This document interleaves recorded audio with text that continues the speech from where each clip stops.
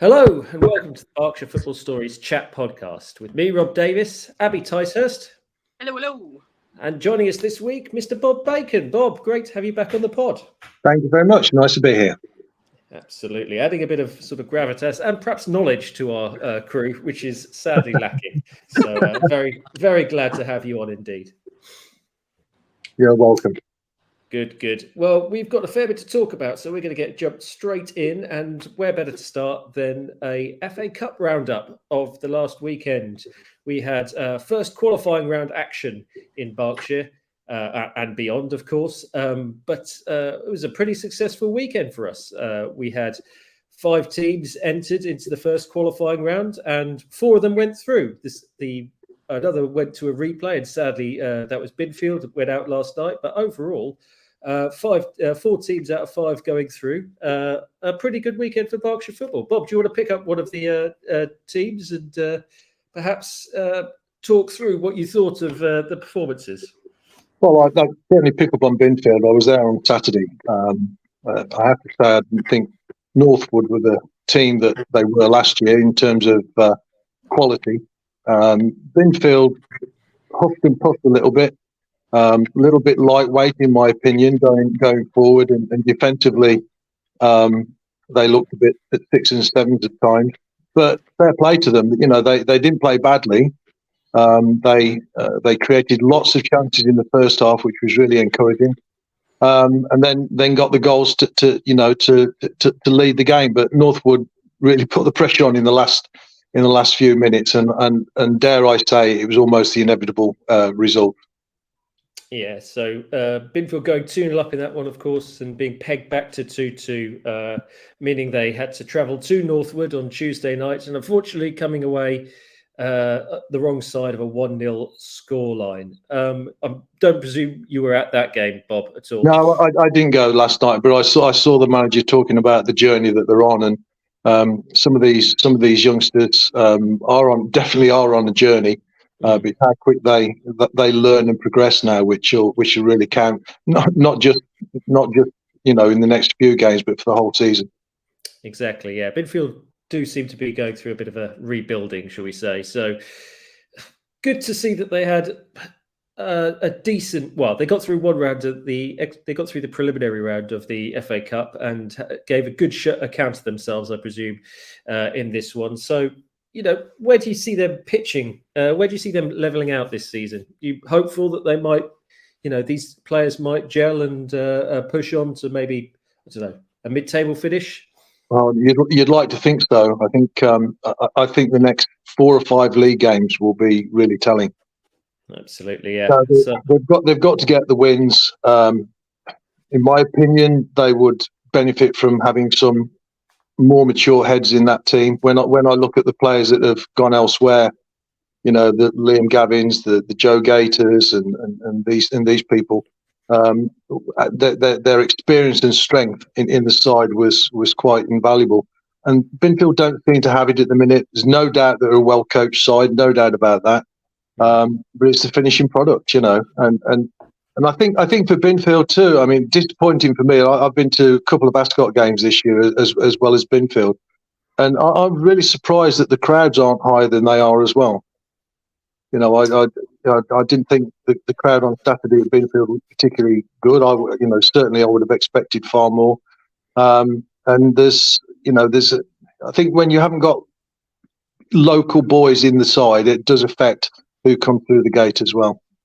Yeah. Yeah, well, hopefully for Binfield that can improve. Like you say, it is a bit of a sort of rebuilding phase for them at the moment. So hopefully they're on the path to something positive. But yeah, I do share some of your concerns there, I have to say, Bob. So one to keep an eye on, and hopefully we are sat here in a month's time talking about the fantastic progress that they've made at Binfield and pushing through. Yeah. Absolutely. A couple of the other sides that were involved in FA Cup action, Ascot getting to the first qualifying round, equaling their best ever run and coming away with a 1-0 win at home to Westfield. Abby, you're probably still the best place to talk through this one. What would be the reaction to that now, the race round? Do you know what? I think Jamie Tompkins has ticked everything off the list now in terms of achieving things the last managers didn't and things like that. So I think anywhere beyond this is a plus really at this point.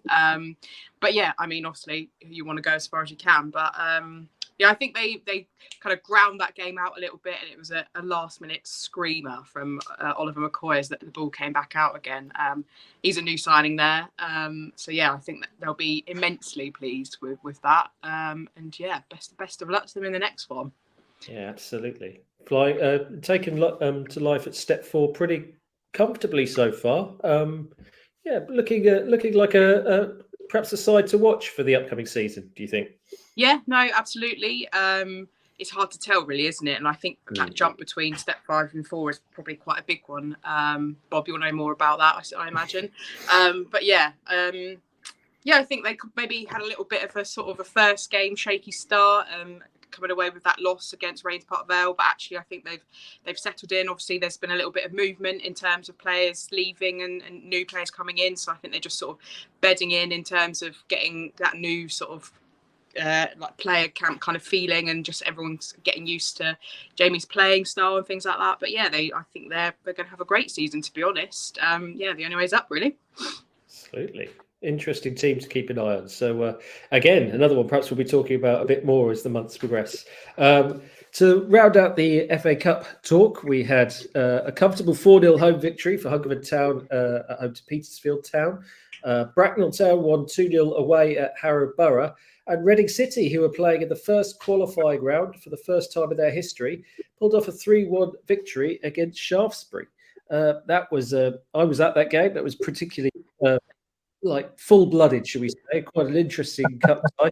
But Reading City, well worth their victory, I have to say. I think they were Shaftesbury looks like a side that were expecting to win, but Reading City, I think, were the better side on the day. Apart from a few spells here and there, Reading had the better of their opponents, and it's quite nervy because there was a lot of injury time due to an unfortunate injury for the Shaftesbury goalkeeper, and I think Shaftesbury scored fairly early on in that injury time to make it 2-1. Right at the death, Reading scored their third, and deservedly took the points away, and at that point sparked quite wild scenes of celebration. So seeing them in the second qualifying round for the first time ever, that's quite an achievement. Bob, why don't you speak to that for a moment? Well, I think Simon's doing a good job from the bench down there. They've got some interesting players. I think they've got quite a nice mix actually of flair players and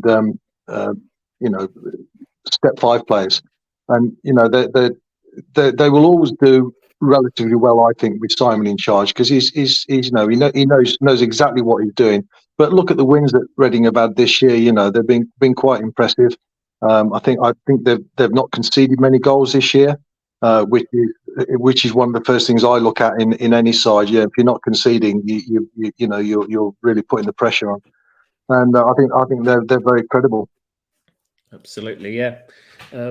Some interesting sides in Berkshire to watch this season. To round out the FA Cup chat, the second qualifying draw was made on Monday. Ascot drawn at home to Lewes. Bracknell Town at home to Havant Waterlooville.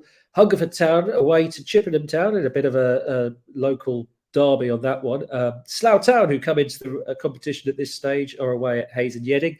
And Reading rewarded for that victory with a home tie against Winchester City from step 4. An interesting tie, that one. So ones to watch. I think it is the weekend after next, I believe, when those games are played. But one player who won't be playing at Reading City going forward is Jemel Johnson, who we've just seen make the move down to Windsor and Eton. Bob, another perfect person to have on the pod today to talk about JJ a little bit. That's a pretty good move for Windsor and Eton. What sort of player are they getting down at Stag Meadow? Well, they're going to get somebody who's as honest as the day long, and is a real gentleman. In his 2 spells at Binfield, he was, dare I say, a model player. He's got good advice for some of the kids as well, which will be beneficial. Maybe he's not as quick as he used to be, and maybe he's not as sprightly as he will be, but he's a good user of the ball. I know that when he was at Binfield during the Vars run, he was really one of those great players to bring in off the bench for the last 15, 20 minutes, and he frequently created an impact. He's got goals in him, but I think now he steps a bit away from the forward line. He's really creative, and he'll be a massive influence in that dressing room down at Windsor and Eton as well. You know, as I say, he's very honest. He's very candid. And actually, he is, as a youth coach, because coaches, I've watched him coach the teams at the junior team at Binfield. He's a very good coach as well. So he's got it upstairs as well as down on his feet. Absolutely, yeah. Windsor and Eton getting a good player there, looking quite ominous in that division, having started slightly slowly, but really finding their feet now. So, yeah, another team to keep an eye on going forward. Yeah, I mean, I think it's a great story from, out of the ashes something's risen, and I think it's wonderful actually that all the fans have got behind him. I mean, I've always said this about this level of football. It's about how your community engages, and if they get that community engaged and start moving with the team, and that they have that camaraderie that they clearly do at the minute. Matt's no mug as a manager as well. He knows what he needs to do, and his team know what they're doing as well. It'd be just wonderful to see them rise up and keep going. Absolutely, yeah. And hopefully they can make the jump through the divisions fairly quickly. We can see a team, representing Windsor, sort of higher up the steps in the near future. Indeed. Well, we've been away for a couple of weeks, and while we have been away, the women's season kicked off, or at least at some levels the women's season kicked off. Obviously, the WSL still yet to start with the World Cup only just finishing a couple of weeks ago. But Abby, you're finally getting to go to a couple of games. So you were at the Reading women's game at the weekend. Why don't you talk us through that? Yes, I was indeed. It's a very much changed side. Obviously, we've got new management in Liam Gilbert and Dan Logue, and lots of new players, lots of another exodus. Yeah. I'm sick of that word, but there we are. Players gone, but we're making some good signings, I think. And actually, I was having this conversation with who was I talking to about? I was talking to Andy from Wokingham Today the other day, and I don't think it's a bad thing that we're kind of we've been relegated and that we're currently in the Championship. I actually think with the new players that have come in and new management, that the Championship is the right place to be right now, and it's about a sort of. I'm not focusing too much on results and things like that now, because it's a kind of cliche sort of building foundation season, I think, for the club. And so it's just about seeing the team kind of come together and Liam being able to implement his new style, and I think that's definitely happening. I mean, they've only played 2 games. First home game on Saturday against Charlton. I think they gave a really good account of themselves, to be honest. I mean, we're yet to drop points, and I've forgotten what that felt like, at least. I mean, I'm looking forward to hopefully getting an away win against London City. We didn't register a single one of those last season, so an away win would be fantastic. Just one this season would be great. But obviously, I'd like them to do better. I don't think we need to be thinking about promotion at this point, to be honest, whilst there's so much kind of building to be done with the team. But yeah, like I said, I think they gave a good account of themselves. Not quite so much from Sana Trollsgaard with that red card, although, I mean, I've watched it a few times. I think Kira Skills made the most of it, definitely, but I think it probably was a fair decision, to be honest. But the fact that we were able to see out a 0-0 draw against Charlton, who are a well-established Championship side and a physical one at that as well, I think is testament to where the team's going to go this season. I know you said that you're not necessarily looking at results so far, but if I pressed you and said, where do you see this side finishing come April or May, what would you say, Abby? Rob, every time you ask me this, I feel like I jinx it, and then we end up worse and worse. Well, say first then, and then it's further to drop. I suppose, let's just go promotion. Who cares at that point? I think mid-table would be very acceptable. I mean, we are still there are still players from our WSL reign in amongst the squad who are there, and some important ones as well, actually. Deanna Cooper, for example, she's been at the club a little while now. She's one of our older players as well, and she's obviously got WSL pedigree, having come from Chelsea, so I think she's really key to the team, brings that experience. Same with Brooke Hendricks as well. She's not been at the club that long, but I mean, she's definitely important, and she was so key to Sunday's performance as well. She's so crucial in that centre back position. So I think we've got a mix of experience, although I think we are going to lean a lot on the academy side, much like the men's side are this season as well. So let's go mid-table somewhere. I'm less 6th, 7th maybe. I think would be nice. But as I said, it's such a sort of building foundation season that I'm not too worried about. Let's review that position in October, eh? Abby, what's the spirit like amongst the squad versus last year?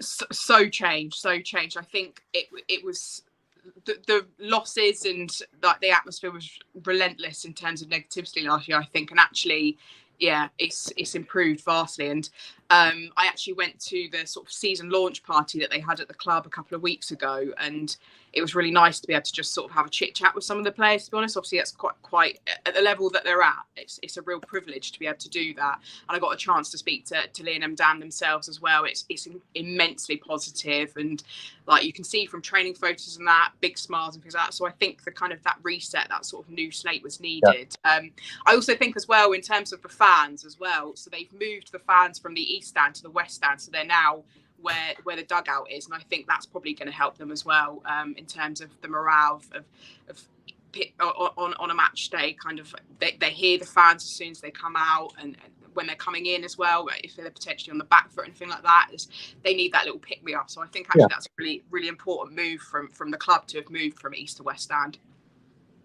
Very interesting. Well, another side to keep an eye on as we go through what perhaps, like you say, a developing season. But on Sunday, you went to see a side where positivity is also running right through the squad. Maidenhead United women's side have started the season with 2 wins from 2. They currently sit second in the the Women's National League Division 1 Southwest table, behind high-flying Bournemouth, who have also started the season very strongly. And you saw the Maidenhead United win 5-0 at home to Selsey at the weekend. Pretty good start to the season, Abby. Yeah, absolutely. So obviously I bumped into our good friend Neil Maskell there as secretary. And I said to him, I was disappointed I didn't see any goals on Saturday, so I was looking for goals. And he also told me that he hadn't seen Maidenhead score in 4 games. So I was like, don't worry, I'm here. I'm here to sort things out. And they didn't disappoint. It was a really, I posted on Twitter afterwards saying that it was a real complete performance from Maidenhead, and I think it really genuinely was. It was really nice to see. So they've obviously themselves had a couple of sort of tricky seasons where they've had management changes and things like that. But I think Ed and his management team have really bedded in now, and they're keen to push for some decent performances from the team this season. I'm not sure if promotion is on the cards necessarily, but I definitely think they'll want to be up there. They've had quite a few sort of mid-table finishes in the last few years, and been sort of borderline near the relegation zone a couple of times as well. But I think that you can really see the ambition in Ed and his team, and it showed on the pitch on Sunday, definitely. Just some really, really nice football they played, actually. And it's again a cliche, but real team football as well. Everybody was involved with every phase of play at every opportunity, and they were pretty unrelenting, to be honest. And Selsey were barely able to get through the midfield, let alone beyond the defence to trouble the keeper at all. So again, they're another team who have had a few leave and a few new people come in, but actually some real positive players there, and some really lovely goals.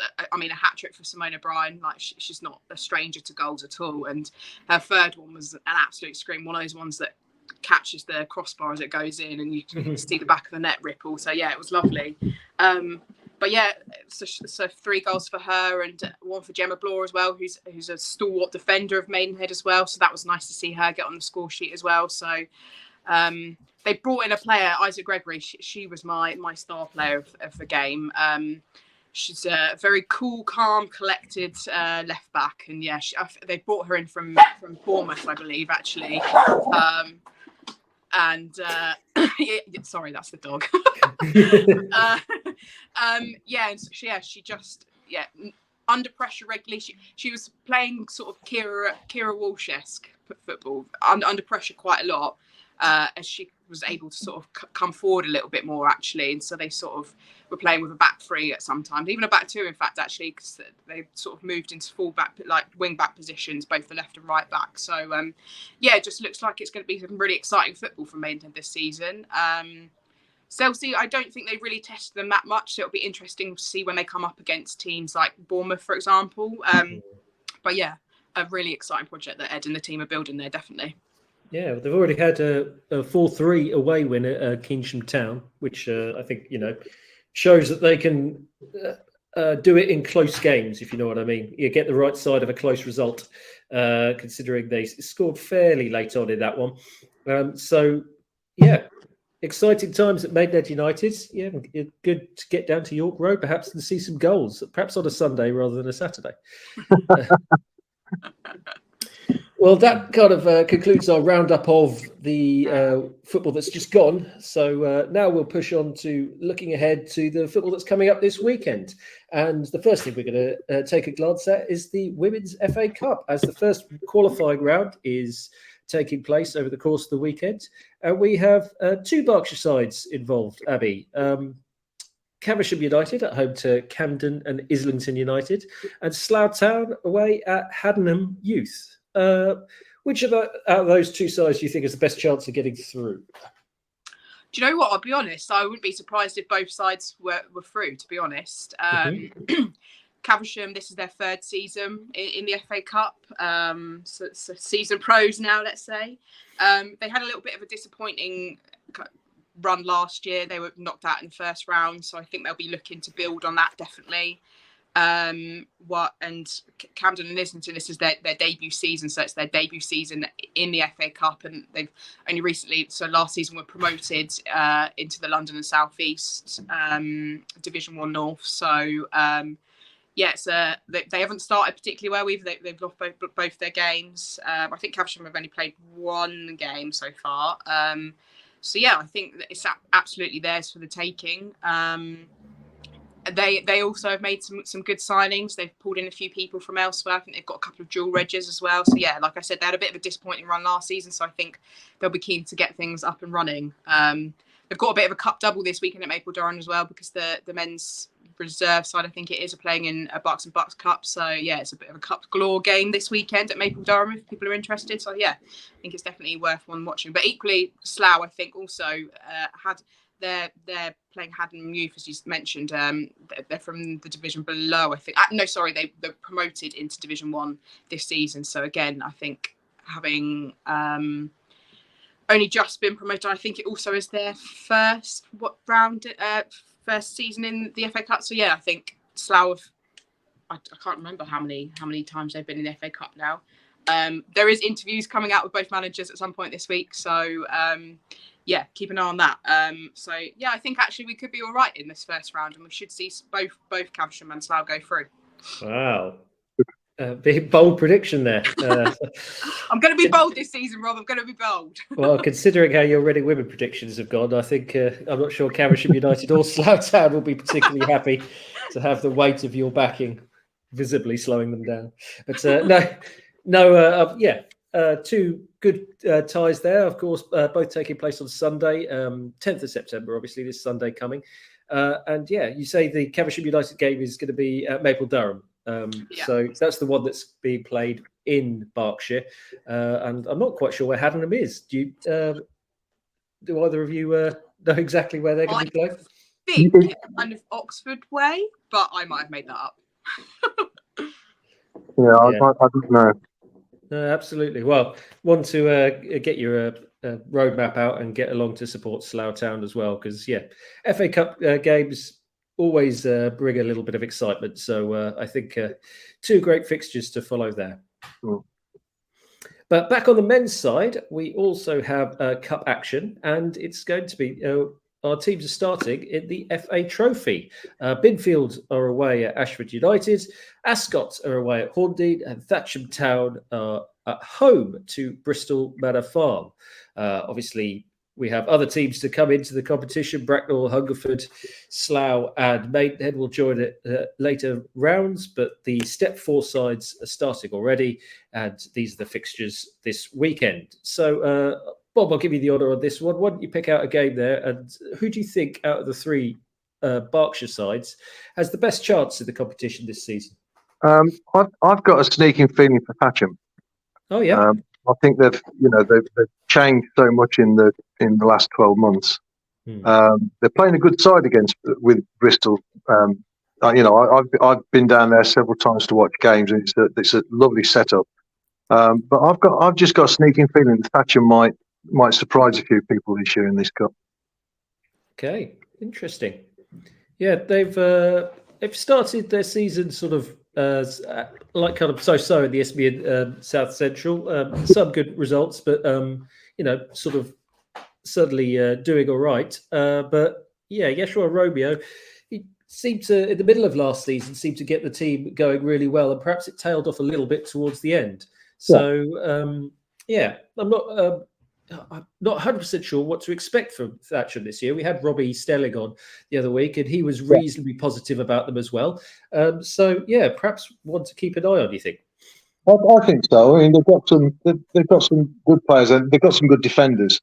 Which as a retired defender, I always like to see that. And I think I've just got a sneaking feeling that they could surprise a few people this year.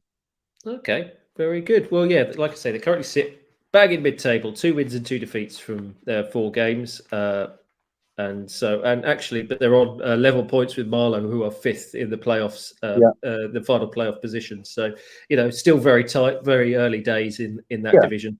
So it'd be interesting to keep an eye on them. But Ascot, of course, playing their first ever game in the FA Trophy, having won the FA Vars last season. Their FA competition pedigree is obviously very high.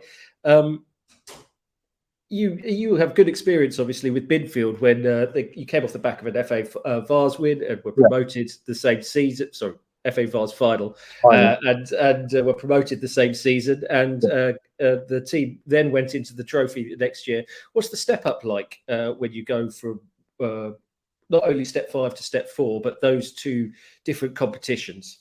Well, I think going from 5 to 4, as Abby said earlier, is quite a step. Yeah. If you stand behind some of the benches, and listen to the opposition, the people that have been in that league for a number of years, they have a different conversation to the one that you have in step 5. So I think tactically they're a bit more astute. Physically, I think the players are so much stronger.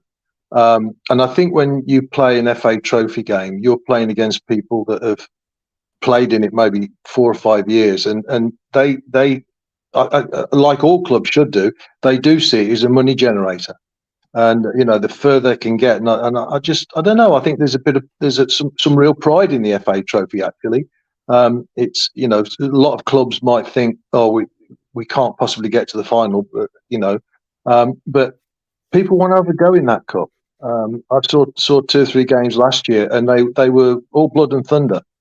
And it's worth progressing. So I think Ascot will, and all 3 teams will have the hands full for sure.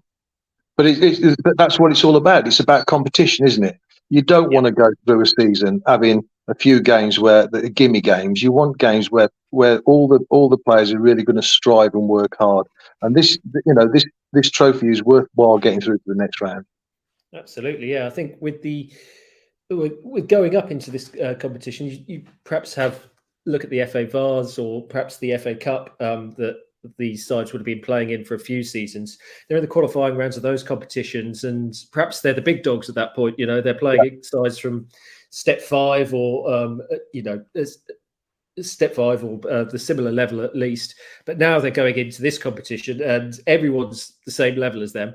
Yeah. And it's only going to get tougher as longer it goes on. So yeah, you're completely right. I think obviously it's simple to say that the standard is better, but it starts straight away. I think with these. I think the competition. Dare I say, the competition is more fierce than the FA Vars. From what I've noticed, and step 4 is physical. I mean, be under no illusion. Step 4 is a physical league. Yeah. I watched the Northwood 2 centre halves on Saturday. They weren't there for a day out. Yeah. And I saw it a lot in step 4 games last year. These players mean business, and they'll defend mightily. They'll attack with speed, and I think there's more athleticism in step 4 as well. Yeah. I have to agree. Having seen Binfield's FA Trophy run, I think it was 2 seasons ago, where they ended up going out to Truro. Right. Eventually, they I just remember the caliber of teams they were coming against, and Truro themselves were very, very good side and very sort of tactically astute, and their wing backs just went up and down the sidelines there all game. They really made it a very interesting game where they sort of, wherever they were needed, they were doubling up in that area. So if Binfield were attacking, then they were in defence and outnumbering the Binfield attackers. If the ball was in midfield, then they were in midfield. And if Truro were attacking, then both of them were up with the forwards as well, just outnumbering the Binfield defence. So, I completely agree. And it leads to some exciting games, though. Definitely worth watching, I have to say. Yeah. Absolutely. Okay. Well, that was a very rushed look at the FA Trophy. We, as you may have said, with a slight time deadline at the moment, but just enough time to mention about a new feature we have on Football in Berkshire called the Team of the Month. So every month, our contributor, Andrew Belt, is going to look at all the fixtures across all the divisions and decide who has been the best team of the month. So he's going to work it out based on points per game and then on goal difference. So no matter what division you're in, if you're winning at step 3, a win at step 3 is the same as a win at step 7. So all results get averaged out, cup and league, and eventually you will come out with the team of the month each month. And our inaugural team of the month for August 2023 is Finchampstead of the Thames Valley Premier League Premier Division, who have won all 4 of their games and have a goal difference of 10 across the 4 of them. So fantastic stuff. And congratulations to Finchampstead. And keep an eye on that going forward to see where your side come, because we have a nice range of steps across the top 8 or so positions. So be interesting to see exactly where everyone lands out as that one goes through. All right, anyone? Any other business before we close up today? Abby, anything from you? No, I just want to add on to your Team of the Month thing, is that, as you mentioned, it is a new thing. So, we're figuring things out. So, before we get replies on Twitter, people complain about not being mentioned. It's a new feature, as you say. So, there's a few teething things right now, but we'll make sure. And if you feel like you haven't been included again, then just drop us a message and stuff like that. But it's a new feature, so we're figuring things out right now. But I think it's really exciting kind of thing. And actually, sometimes people just like to look at stats, don't they? So exactly, I know I definitely do. I think it's a really cool feature that we've introduced, and it's a cool way for Andrew to kind of keep tabs on teams without necessarily having to go to games and things like that, because life is life in sometimes. So absolutely, gives you a good idea of who's doing well each month. So anything to add for you then, Bob? The cricket season's coming to an end now. I just encourage all those that go to watch cricket, just go to one of the non-league games in the area. We're blessed in this area with the teams on Saturday and Sunday, the ladies' team, the men's team, and go and watch a game. As I say, I was quite surprised when I went to the Ascot Mangersfield game, the lack of crowd, and I was quite surprised going to Binfield on Saturday at the lack of crowd. So those people that all used to come last year, they're still here by and large, and it'd be wonderful to just get more coming along and supporting them and enjoying the game. And let's face it, if you ever watch Match of the Day now, there's more controversy and more time spent talking a bit about VAR and referee decisions than there is looking at the game of football. And you don't get that at this level. So I just urge everybody that has been absent from the summer, just turn up at game, pay your money through the gate, because the clubs need it and the clubs will really benefit from that support. Very well said indeed, Bob. And for all the fixtures across all the divisions, please get along to our website, the fixtures and results page. So it's www.footballinberkshire.co.uk. All the games will be up there, so you can pick all the games of Berkshire size, I should say. So you can pick teams to go and support either in the county or beyond. And yeah, get there for all the latest news as well and all the best comments. So your one-stop shop for all the fixtures across Berkshire. Of course, you can get to follow us as well on Twitter, Instagram, Facebook, YouTube, LinkedIn, all the social media sites. And just search for Football in Berkshire there and you will find us. But that is about it for today. So without much further ado, I'll just say thank you for listening and thank you very much to Abby Ticehurst for joining me. Thank you. Thank you very much to Bob Bacon for joining me as well. Very welcome. And yeah, goodbye, and we'll speak to you next week. See ya. Thank you. Bye-bye.